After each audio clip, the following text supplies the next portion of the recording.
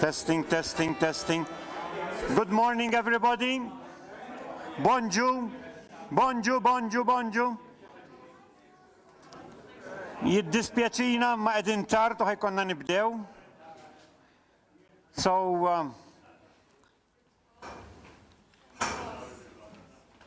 you can go down.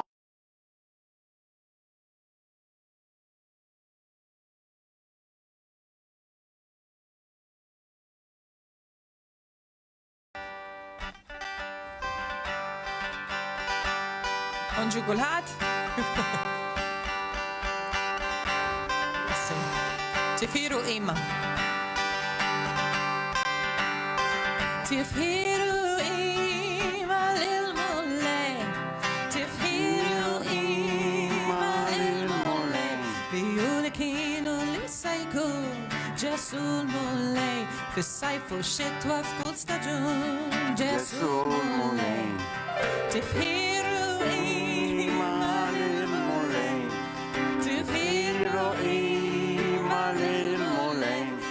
الشمس سواء لنزول Ġesu l-mullej min waqt li nżul għadlu الشمس Ġesu l-mullej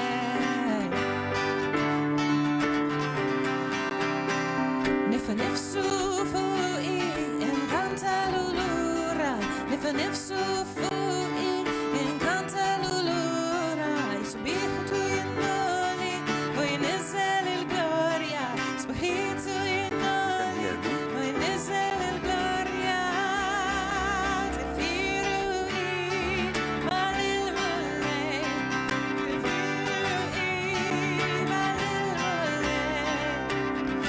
Which il-ludim, mux tinħares lura Which il-ludim, mux tinħares lura Niba nġri satmin, sa ma nara l-weda Niba nġri satmin, sa ma nara l-weda Tifhiru iva lil-mullej Tifhiru iva lil-mullej Bijuli kienu Ġesu l-mullej Fis-sajf u x-xitwa f'kull staġun Ġesu l-mullej Tifhiru iva lil-mullej Tifhiru iva lil-mullej Nidlu x-xemx sa waqt li nżul Ġesu l-mullej Mir waqt li nżul għadlu x-xemx Ġesu l-mullej Tama waħda Kull sin irid jista' firi waħda Ġesu Kristu mullej One hope Every time we'll extol him One faith Jesus Christ is the Lord Firu imma lil-mullej Praise and worship, praise the Lord Who was and is to come Praise the Lord.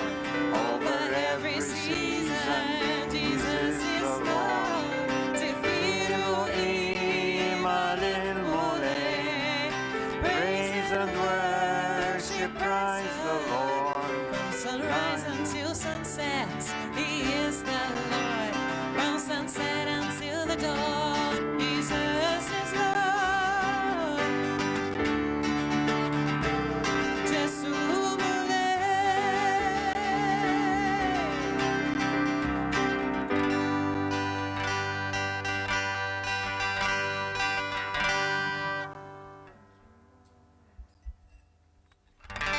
Great and mighty, awesome, wonderful, you conquer all. Lord of all the Lord omnipotent, you reign on high. Alla tiegħi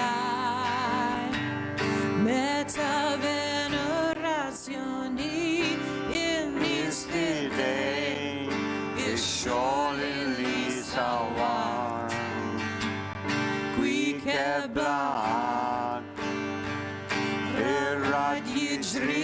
Nazzjoni mifruxa ċar, għawitek fuq din l-art. Imbagħad ir-ruħ tannilek omu lejn, kemm inti kbir, kemm inti kbir.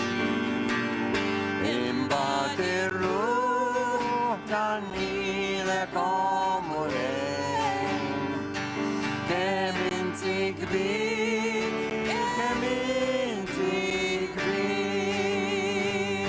And when I think that God his son not sparing sent him to die, I scarce can take it in, that on the cross my burden gladly bearing, he bled and died to take away my sin. Imbagħad ir-ruħ tannilek omu lejn, kemm inti kbir, kemm inti kbir. Imbagħad ir-ruħ tannilek omu lejn, kemm inti kbir, kemm inti kbir.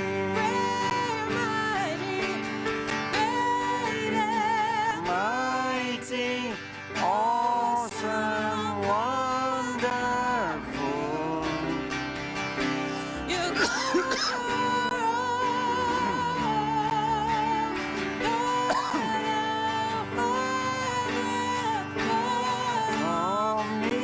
Omnipotent, you reign up High, great and mighty, great and mighty, awesome, wonderful.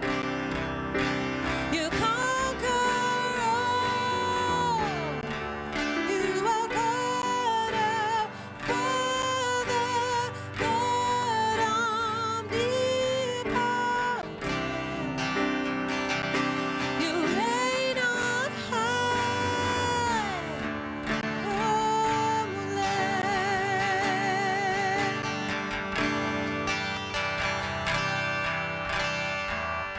Grazzi mulej, għadċi bil-eda jek joġbok.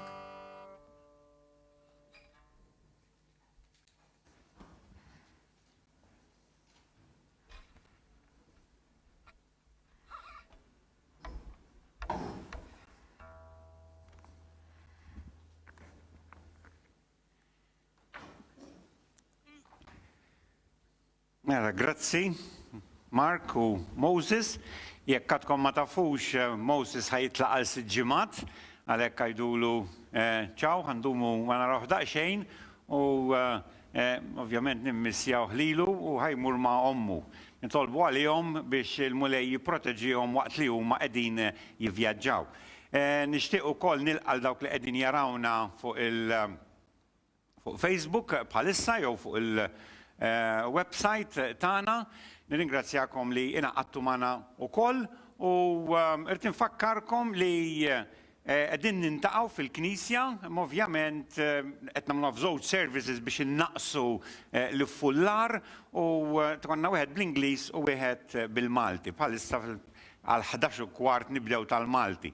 Qed insibuha daqsxejn diffiċli biex nagħmlu servizz f'45 minuta, imma nippruvaw.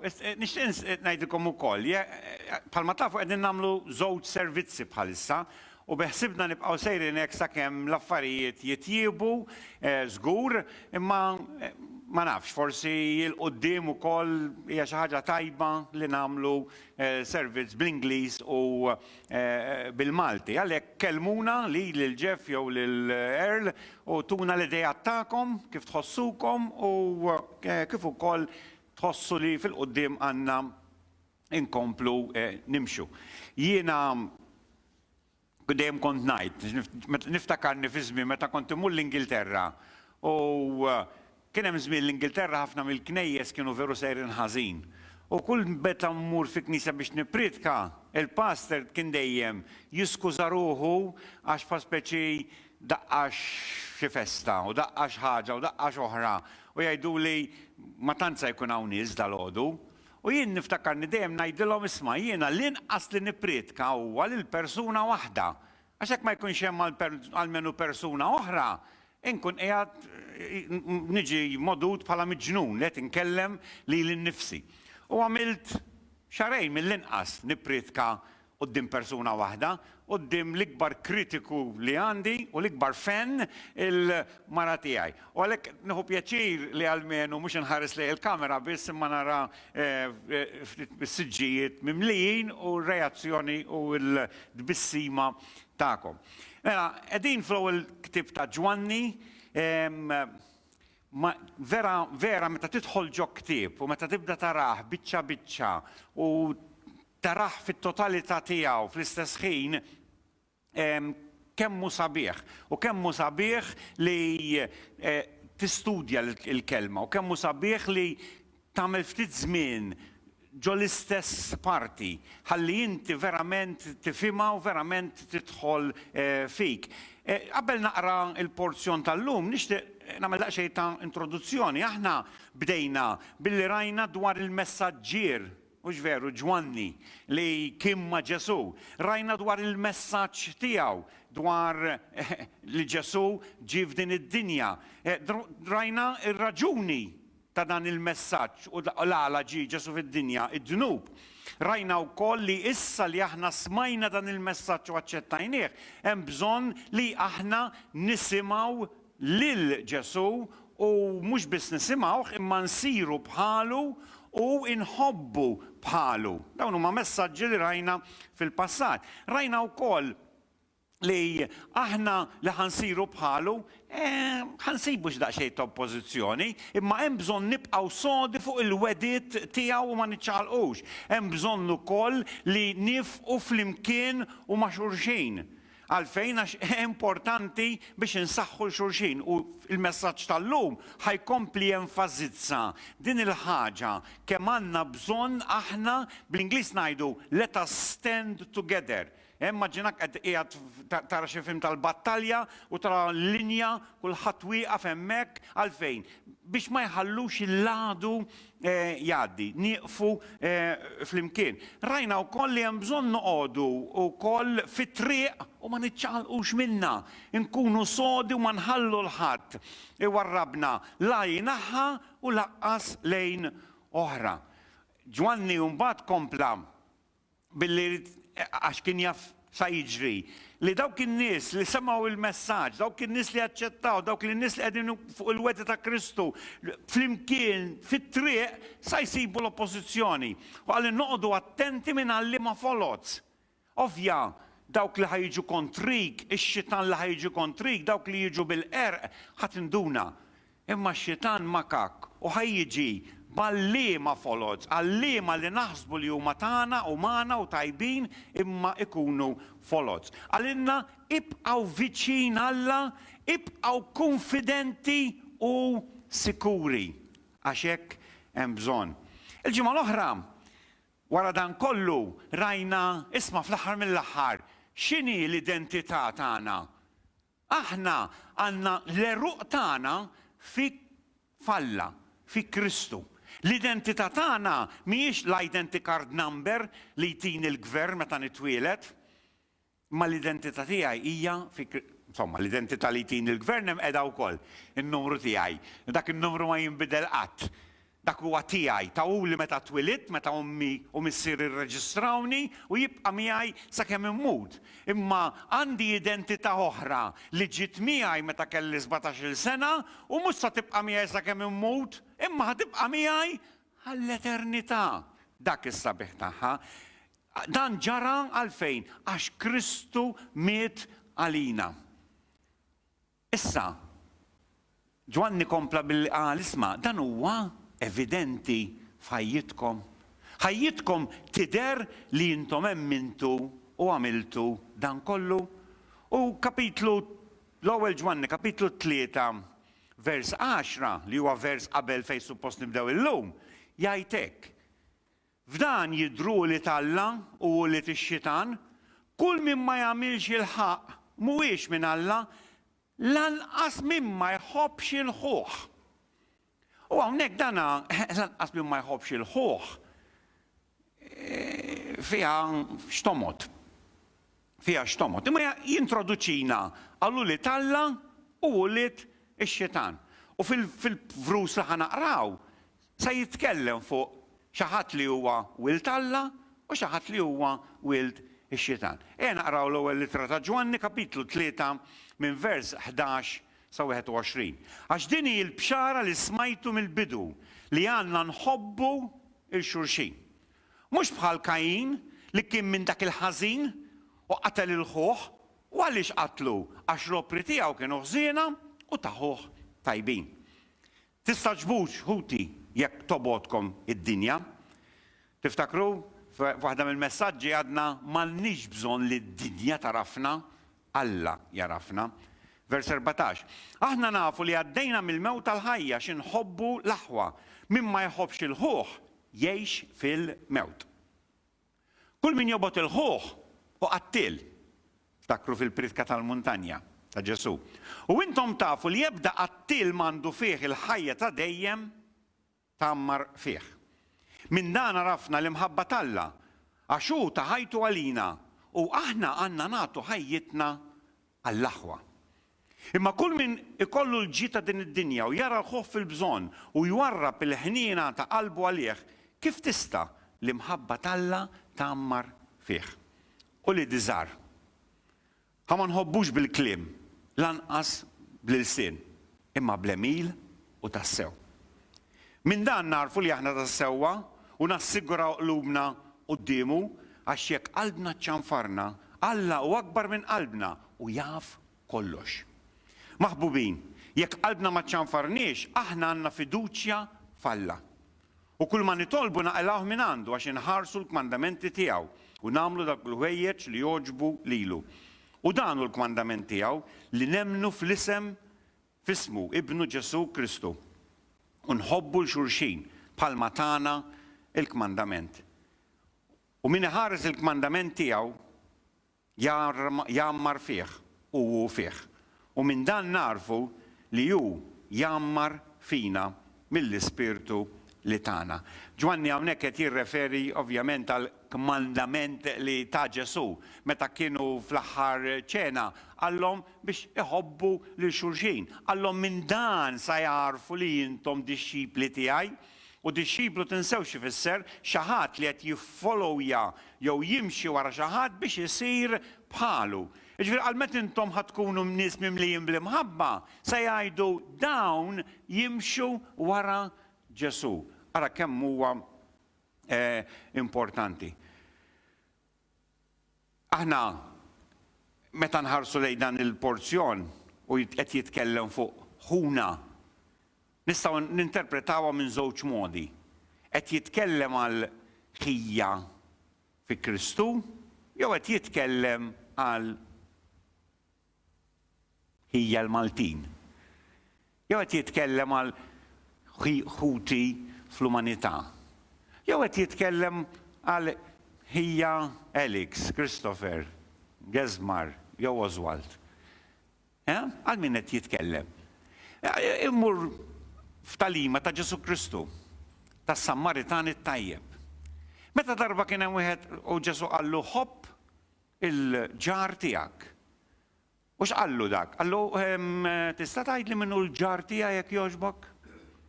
U Ġesu x'għamel? Ta' l-istorja tas-Sammaritan. Raġel li kienet jivvjaġġa u ra xi ħadd mal-art. Ma jafux u ta' ħanajdu hekk biex tkun applikabbli mal-lum ta' reliġjon differenti u ta' karniġjon differenti. Imma x'għamel da?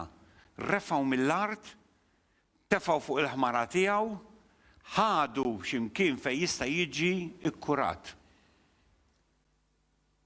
Dak huwa l-ġar. Dak huwa l-ġar. Jiġifieri hawnhekk Ġesu elabora din l-istorja biex juri li l-ġar tiegħi mhuwiex dak li joqgħod ma' ġenbi. Veru għandi l-ġar tiegħi li joqgħod ma' ġenbi Marsa Skala. Imma hekk inwessaħħa ngħid għandi l-ġirien tiegħi li joqogħdu ż-żejtun. Il-ġirien tiegħi li joqogħdu l-Mosta. Il-ġirien tiegħi li joqogħdu l-Ingilterra, l-Amerika. Ġesu għalinna, kulħadd huwa l-ġar tiegħek.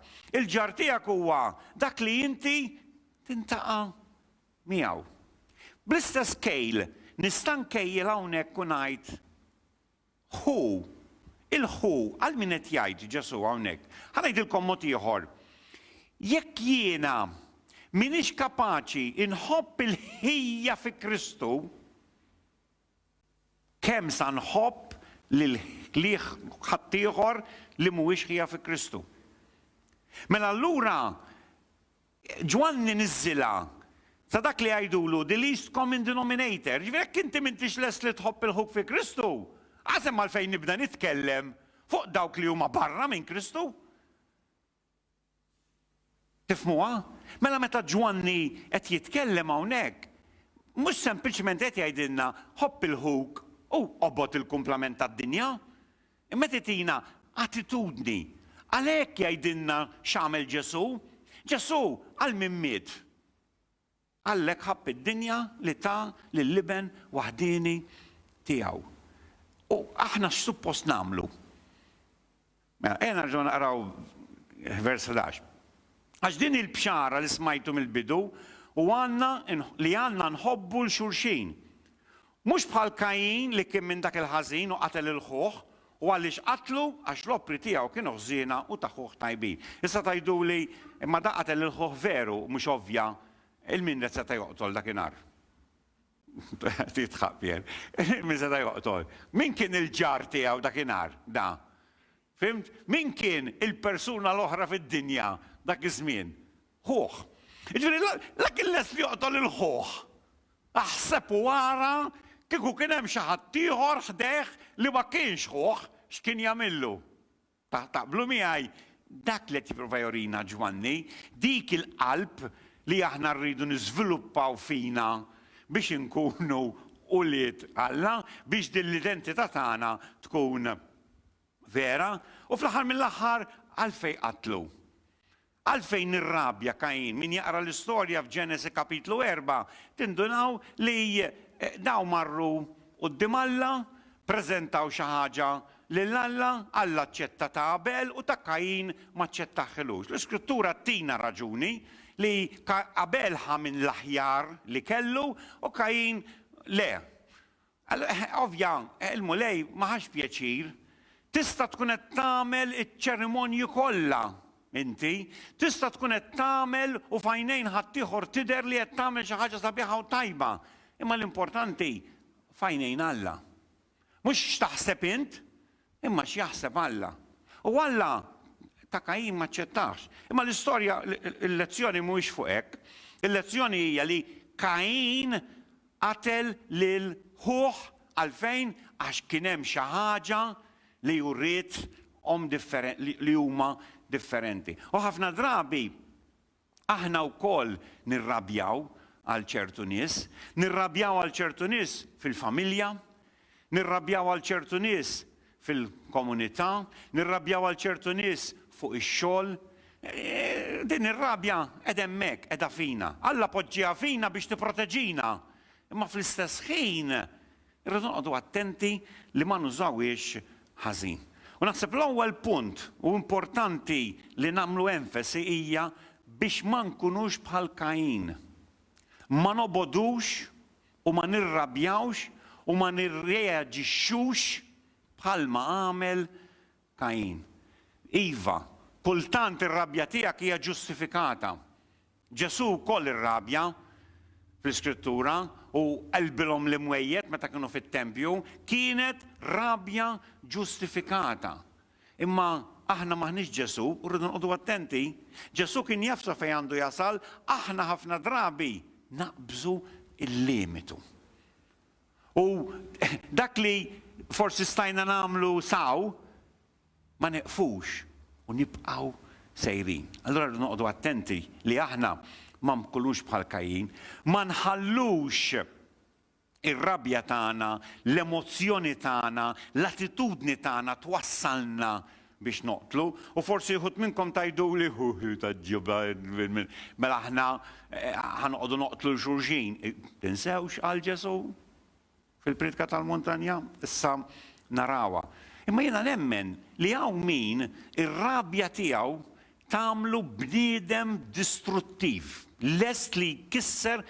Jien niftakarni meta kont fil-bidu tal-Kristjanità tiegħi kienu jirrabjawni tfal. Tafu x'kont nagħmel? Inkisser xi ħaġa. Jew nagħti xi daqqa ta' siqil xi siġġu, u nkisser xi siġġu. Id-dar niftakar darba l-mosta ta' daqqa ta' ponġo bib f'qajtu. Ma jgħidilkomx ġara li imma il-bib kien minn daw tal-hollow, tal-triplaj, mhux xi bib solid. Imma domna biha dik u kulħadd kun jiġi dar dik x'ġara hemmhekk. U noqgħod nispjega x'ġara. Imma ir-rabja, darba nidaj daqqa ta' ponġo l-van u d-daqqa ta' ponġ ġietni fil-koxxa tal-van, fil-kantuniera, kien jibes hemmhekk, attentajtu għaw il-van baqgħet bid-daqqa fuqu, imma jdejja wkoll. Imma dak il-ħin meta nirrabja, issa m'għadniex ta' ma niftakarni, ir-rabja ħafna drabi ta' minna distruttivi. Ovvja ma kontx ammurnati l-tfal, imma kont irid ninfex f'xi ħaġa meta jirrabjawni. U allura rridu noqogħdu attenti aħna. Ġwann kapitlu 3 vers 13 inkomplu naqraw tistaġbux ħuti jekk tobodkom id-dinja. Id-dinja ħatobodna, id-dinja ħatamlilna bħal m'għamel Kajjin. Aħna issa rridu nuru wiċċ ieħor. Irridu nuru ħaġa differenti. Ġesu meta qal, ċħattikom daqqa ta' ħarta, dawru wiċċkom in-naħa l-oħra, ma kienx qed jirreferi għal xi ħadd li qed jiġi jsawwatni u jiena ma niddefendix ruħi ngħidlu tieli orrajt in-naħa l-oħra ma jimpurtax. Ma kienx qed jirreferi għalhekk, ma kien qed jirreferi għall-inġustizzji fil-ħajja. Li ħafna drabi l-unika mod kif aħna nirrispondu għal ċertu inġustizzji hija iva billi ndawru wiċċna in-naħa l-oħra. U ħafna drabi meta nagħmlu hekk, l-affari inkunu qegħdin nagħtu lezzjoni u forsi anke issolvi ruħha. Storja ta' żewġ tfal li kienu mommhom ġaħanut u bdew jiġġieldu. Wieħed ta' 5 snin u wieħed ta' 3 snin.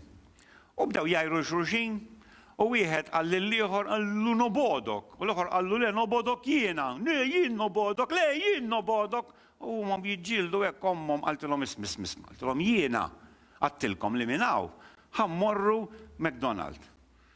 Iva qed nagħmlu riklama hawnhekk, darb'oħra nagħmluha fil-bidu ejjid tar-riklami dal-programm. Mhux se noħodkom McDonald. U dak ta' 5 snin daħal f'qoxortu qallu lil ħuh qallu mhux veru ta' ma nobodokx biex jipprova jitħaq bommu. U żgħir dar lejh u qallu imma jien m'għandix ġuħ nobodok. Issa kellu ġuħ jew le ma nafx. Imma l-fatt li r-rabja tiegħu baqgħet hemmhekk.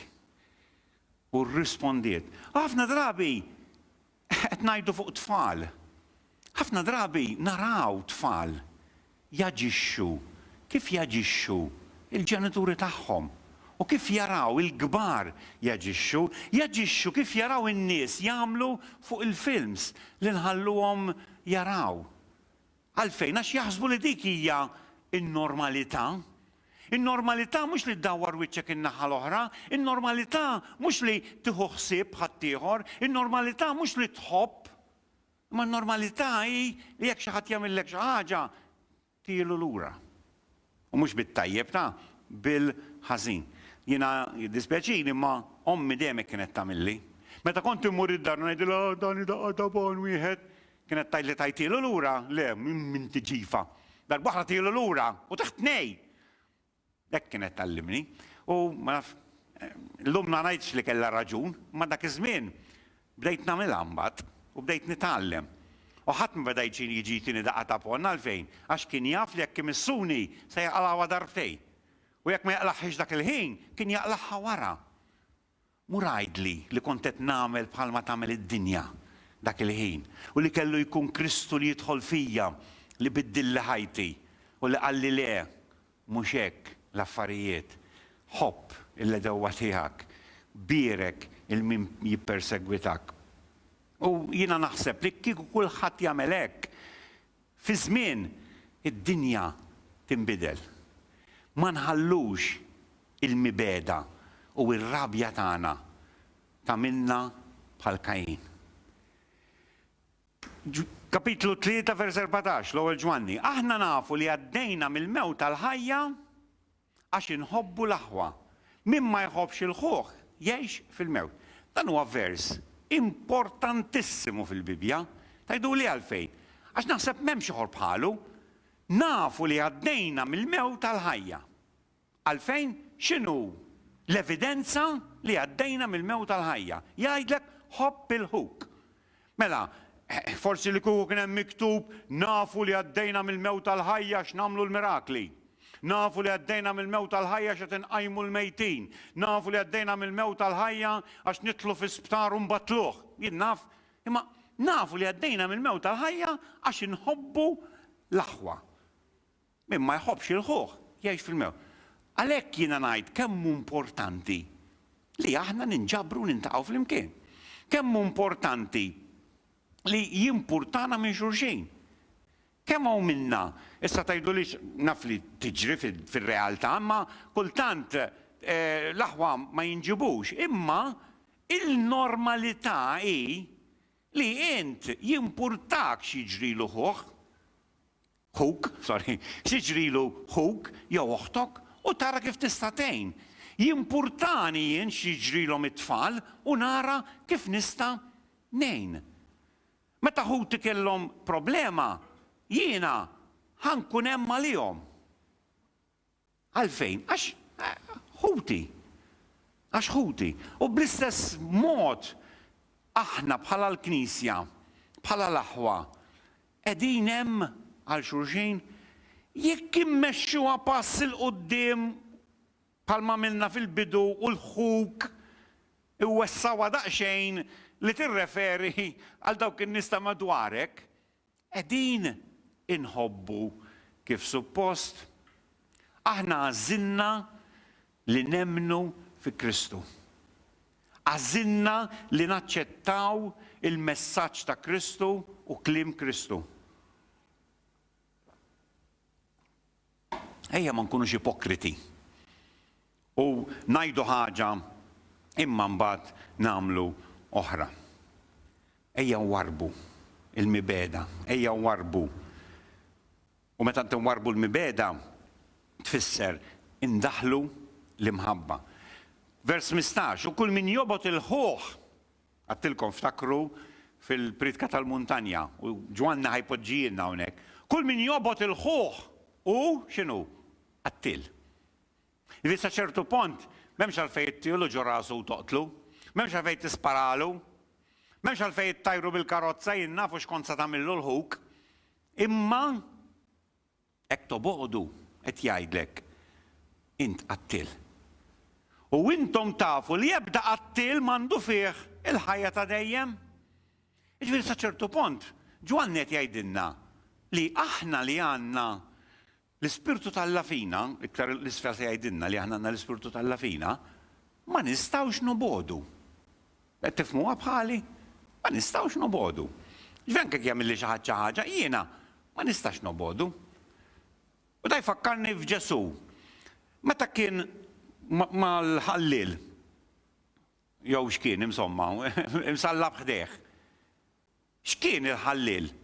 Ħallil qattil kien x'kien, kien midneb, kienet jagħmel kollox ħażin, spiċċa msalla fuq is-salib u nafu li kien ħażin għalfejn.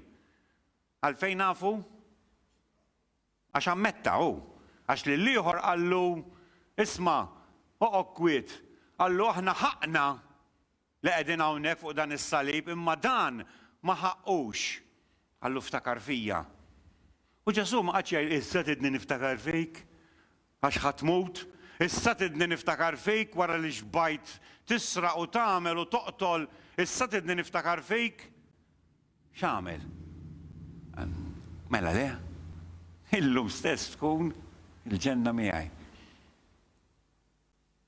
Għandna dik il-qalb fina aħna li lest induru lejn xi ħadd li kienet jagħmlilna d-deni u f'daqqa waħda ngħidulu mela le. Ġesu fil-Prilka tal-Muntanja hekk qal ukoll. Għal intom smajtu li jgħidu isma' min joqtol ħaqqu il-kundanna. Ma jiena ngħidilkom jekk inti tirrabja ma' ħuk u tobodu int ħaqqek il-kundanna. Alla ma jagħmilx ġudizzju dak li jidher minn barra imma b'dak li hemm fil-qalb. U ħafna drabi veru ċertu bnies ma noqtluhomx. Imma ħanajdilkom jiena niftakarni fi żmien li kieku kelli l-opportunità kien hawn xi tnejn jew tlieta li kont noqtolhom Imma kont nibża li forsi neħel il-ħabs. Allura ma qtilthomx. Fajnejn Alla jien qattil. Imma qattil li issa ħafirli. M'għandix għalfejn ngħix fil-mibeda, kien hemm min għamlilna ħażin, smajna stejjer ta' nies li ħarbtu ħajjithom mhux għalli għamlulhom in-nies, tant kemm damu jimmeditaw u jaħsbu fuq li għamlulhom in-nies. Ħarbtu ħajjithom biex jaraw kif se jivvendikaw ruhom flok jaħfru li kienet tkun ħafna iktar faċli. It-tieni punt li għandna llum ħobb bħal Kristu. Aħna meta nħarsu lejn Kristu meta kien f'din id-dinja, Kristu impurtah minn dak li kien marit, impurtah minn dak li kien bil-ġuħ, impurtah minn dak li kien bladar, he cared bil-Ingliż ngħidu, u kien jagħti. Ta' milli kellu. Ovvjament kien Ġesu, meta kien hemm 5,000 bil-ġuħ, bil-ftit li kellhom tema lil kulħadd. Aħna ma nistgħux nagħmlu hekk. Imma importanti li nagħmlu il-pass tagħna. Ġwanni kapitlu l-ewwel Ġwanni kapitlu 3 vers 16 għal darb'oħra huwa vers sabiħ ħafna. Huwa simgħuh. Minn dan arafna l-imħabba Alla għax hu ta' ħajtu għalina. Okay? Fiex ifakkarkom da. Ġwanni kapitlu 3 vers 16. Mela għandna l-ewwel Ġwanni 3:16 u Ġwanni 3:16. Isma' tqara ma tgħidulix li Ġwanni għamel apposta, mhux Ġwanni poġġihom in-numri hemmhekk, imma ironija li huma dawn il-vrus imsejħin l-istess. Min dan narafna l-imħabba Alla xu ta' ħajtu għalina. Alla hekk ħabb id-dinja li tal il-liben waħdini tiegħu biex kull min jemmen bih ma jintilifx iżda jkollu l-ħajja ta' dejjem. Mbagħad ikompli. U aħna għandna nagħtu ħajjitna għall-aħwa. Kellu bżonn dan il-vers jafu nies daqskemm jafu John 3:16. Forsi d-dinja madwarna tinbidel. Kieku. John 3:16, l-ewwel ittra ta' Ġwanni, kapitlu 3 vers 16, huwa il-mod prattiku ta' kif aħna naċċettaw u nagħmlu Ġwanni kapitlu 3 vers 16. U ta' ħajtu u hekk għandna nagħmlu aħna. Mu rajdli li jiena rrid inkun sagrifiċċju. Xaħat qal li l-ħajja kultant nagħmlu aħna bħal-logħba. Hemm il-logħba tal-monopoli li biex terbaħ li trid tagħmel huwa li tieħu dak li hu ta' ħaddieħor b'mod jew ieħor. U tara kif tagħmel biex tixtri d-djar u l-lukandi biex imbagħad tkun tista' toħdilhom kera kemm trid u jekk jista' jkun bankruptcy bil-Malti. Tfalli il dawk kollha li qed jilagħbu miegħek. U għaw min il-ħajja jagħmel u x'jippurtaħ minn ħadd ieħor ħlief li jiena nara kif nagħmel biex insir sinjur. Imma mbagħad hemm logħba oħra. Ma nafx kemm hi popolari Malta, il-logħba tal-uno. Uno ġejja mill-kelma one, għax l-idea hi li inti li għandek trid teħles minnu u terbaħ meta tispiċċa b'xejn. X'inhi l-logħba ta' ħajtek? Monopoly? Qed tipprova tara kif tiġbed u sanguisugo, xejdulu l-akka, bloodsucker, tiġbed lejk, jew logħba tal-uno li qed tipprova tara kif sa tagħti u kif sa teħles. Ġwann kapitlu 3 vers 17. Imma kull min ikollu l-ġid tad-dinja u jara l-ħuħ fil-bżonn u jwarrab il-ħnina ta' qalbu għalih, kif tista' l-imħabba tal-Alla tagħmmar fih? U għal darba oħra, hawnhekk tieħduhiex ħuk fi Kristu biss imma ħuduha iktar minn hekk. Jekk inti m'intix lest li tiftaħ qalbek għal dawk ta' madwarek kif inti lest tiftaħ qalbek għal Alla. Iftaħ qalbek u ħalli il-ħaddieħor fil-bżonn jidħol fiha biex forsi jsib l-għajnuna li għandu bżonn. Ħafna drabi aħna nimmaġinaw li forsi bil-forsi rridu nkunu sinjuri jew bil-forsi rridu nagħtu xi ħaġa. Ħafna drabi m'hemmx għalfejn tagħti, sempliċiment bniedem tħares lejh u turih li inti jukker, li jimpurtak qabli jkun biżżejjed ukoll. Ejja nuru ftit ħniena ma ta' madwarna. Vers 18, u li diżar, ħa ma nħobbux bil-kliem, lanqas bl-isem, imma bl-emil u tassew. Fid-dinja u ħafna inġustizzji madwarna, bħalissa naraw ħafna fid-dinja għaddej. Dalgħodu, aħna ġejjin fi karozza bdejt ngħid il-Silvja ma nafx x'inhu jiġri l-Amerika. Dalgħodu smajt issa li John Wayne ukoll sa jneħħulu il-kredenzjali tiegħu jew x'inhuma. U hemm John Wayne Airport ħajibdlulu l-isem għal Orange County Airport. Għalfejn?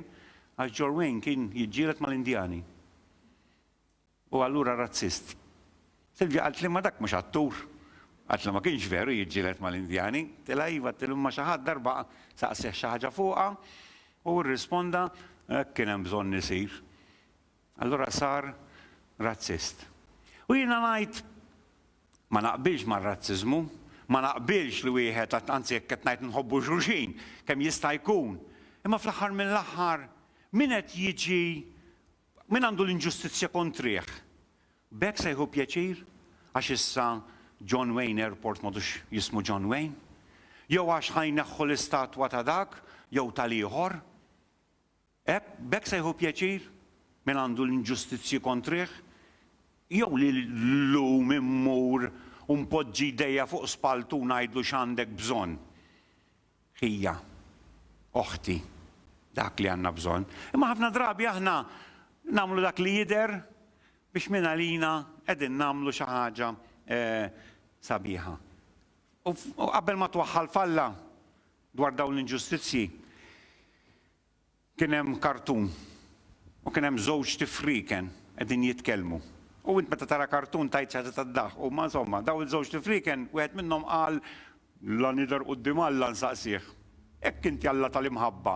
Għalfejn hawn dawn l-inġustizzji kollha fid-dinja. U l-oħra l-fekrona oħra qaltlu le ta' ma nsaqsilux jiena. Allu għalfejn. Għallu ma jmux nsaqsija lili mbagħad. U x'għamilt jiena għall-inġustizzji li hawn fid-dinja. U fl-aħħar mill-aħħar tippunta s-subajk lil-ħadd. Ippuntaħ lejk u għajt jiena bħal Kristu, dik hija l-qawwa tal-imħabba, dik hija li ma toboġġ bħal Kajjin, dik hija li tħobb bħal Kristu. Iftaħ qalbek u uri l-imħabba ta' Alla. Alla minkejja li aħna warrabnieh, minkejja li l-bniedem għal daqshekk ma jinteressanix u rrid nagħmel ta' rasi, Alla baqa' iħobbna. Minkejja li blasla li għamilna il-kol kemm aħna żinna li mmutu għax dnibna u mmorru l-infern, Alla bat lill-ibnu biex jurina l-imħabba tiegħu. U mingħajr ma sfurzana qiegħed jgħidilna ismara. Ara kemm inħobbkom. Daqshekk kien jgħid tiftakru għall-istorja daqshekk. Inħobbkom. Għattillibni biex imut għalikom fuq is-salib. Aħna irridu niftħu qalbna bħalu, inħobbu lil xulxin. L-Iskrittura mimlija b'dawk il-vrus fejn jgħidilna nieħdu ħsieb xulxin, ħobbu l-xulxin, inkoraġġixxu l-xulxin, ibnu l-xulxin, ma jgħidx isirqu l-xulxin, obodu l-xulxin, ma jgħidx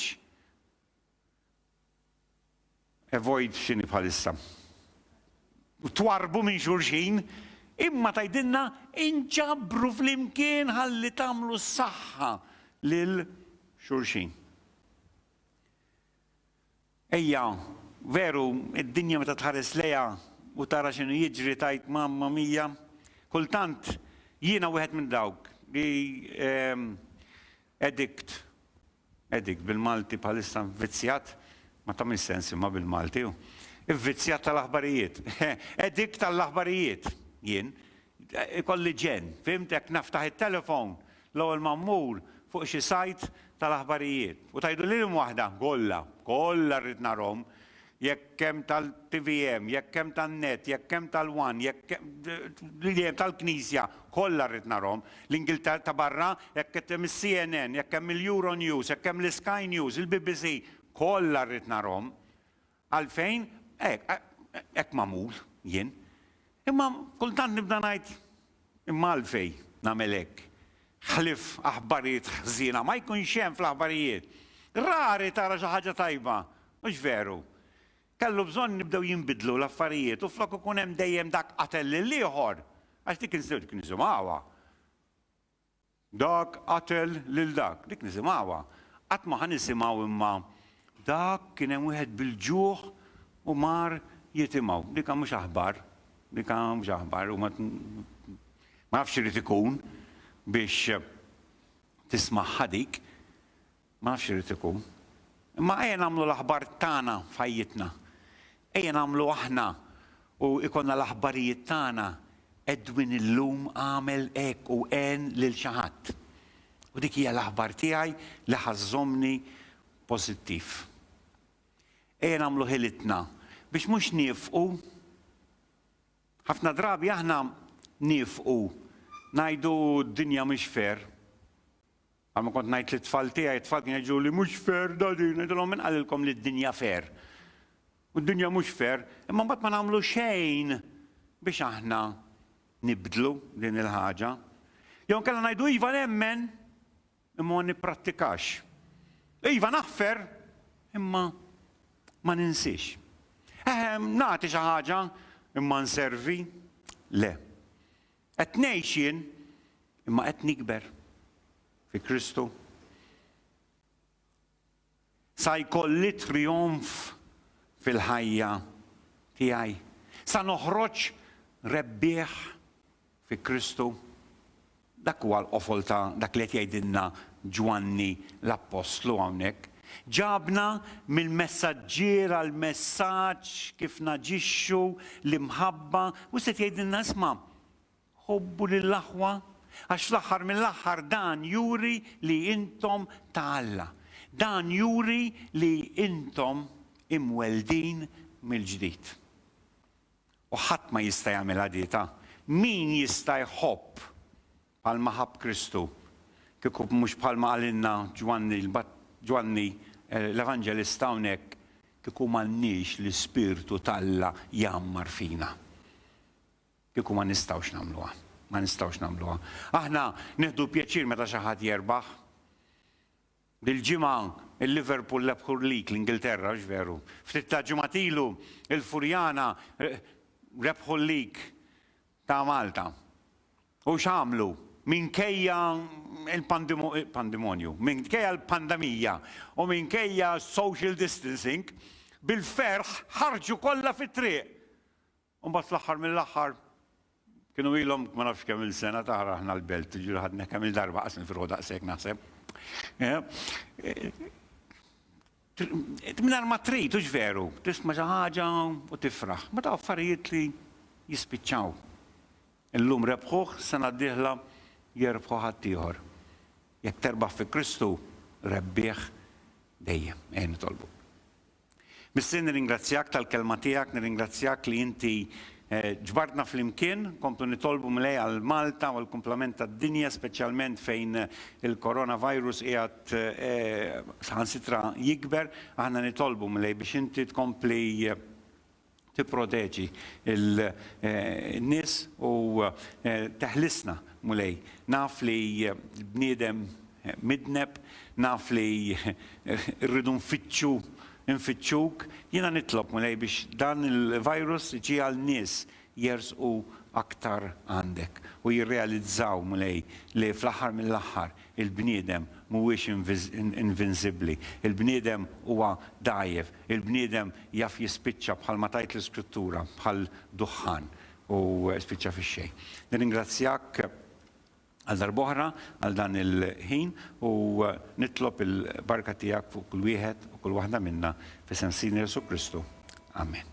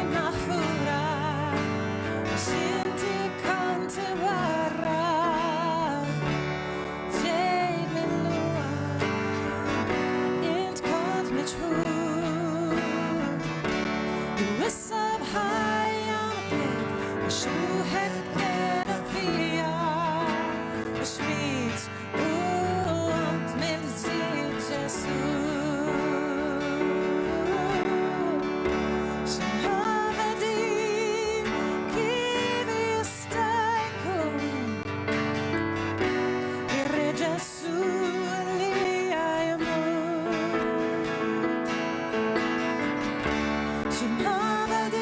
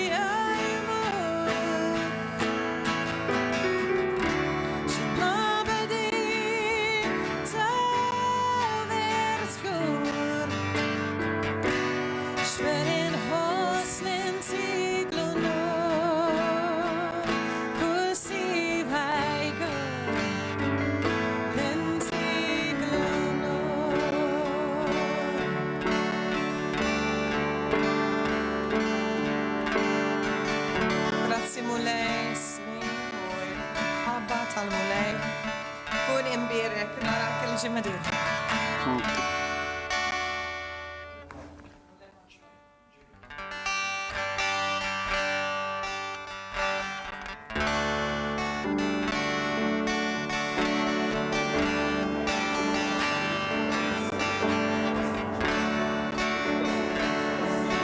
Yeah.